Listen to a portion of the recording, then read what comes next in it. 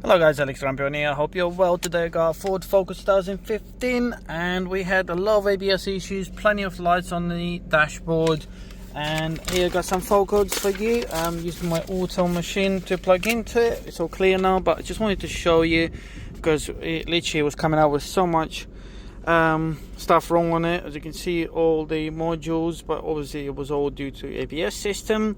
So that's the fault codes that I got here, and the main ones were this one's here, C003A and C0037, and obviously it affected the position sensor as well on the steering. So the solution for this was obviously the rear ABS sensors. You can swap them. What I had when I went to the live data, just going to show you quickly. Obviously there's nothing showing up now, but I want to show you quickly. So when you go to live data, this is obviously using auto, different tools, different stuff. So if you go into left front, left rear, and right front, right rear, I'm gonna show the graph. And what was happening when I was driving, first of all, on the left rear I had 255 kilometers per hour, was the car stationary, which indicates open circuit usually on them. So that's the first giveaway, but obviously check the wiring first.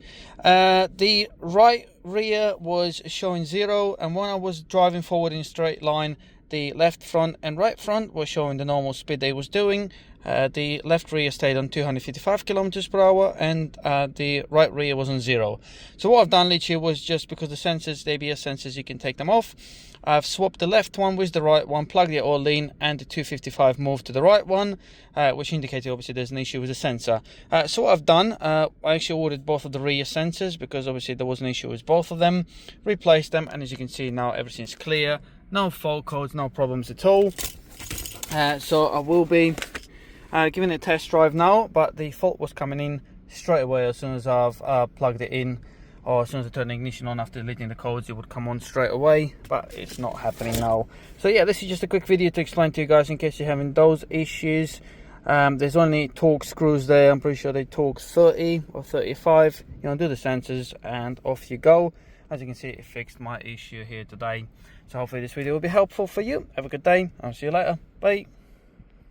Just to show you quickly guys, this is the sensors. So the torque bit goes in there, the plug is just squeezed in. As you can see, it's located down there. The Torx bit is right at the top, so you have to unplug it first, and the same on the passenger side rear. It's plugged in there. It's hard to get the phone in there to show you, but it's exactly the same setup as this side. Just unplug it and you'll be able to get to the Torx and then pull the sensor out and make sure the O-ring stays on there, and that's pretty much it.